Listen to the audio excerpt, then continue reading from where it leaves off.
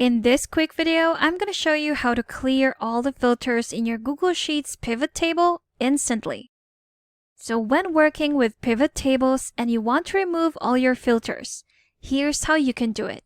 Here in my example data, I'm on the data sheet, which is my original data where I created a pivot table on the next tab.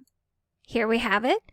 And if I want to know if I have filters applied on this pivot table, I'm just going to click on this green pen that will say Edit. If I click on it, the pivot table editor will open on the right side. Here we have it.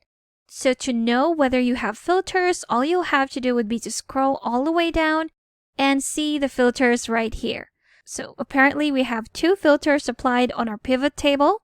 The first one would be our date, and the next one would be our region. To remove these filters, all you'll have to do would be to click on the X mark at the top right corner of each of those tabs.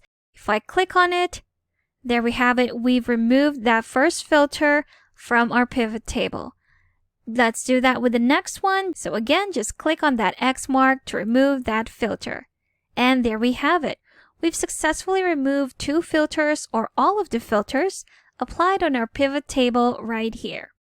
All you'll have to do to find your filters would be to go to the Edit right at the bottom left corner of your pivot table where it will say Edit.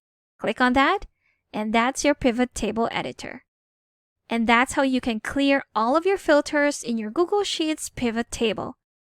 Now, if you want some extra help with Sheets, I've got a free guide linked in the description below that you can check out.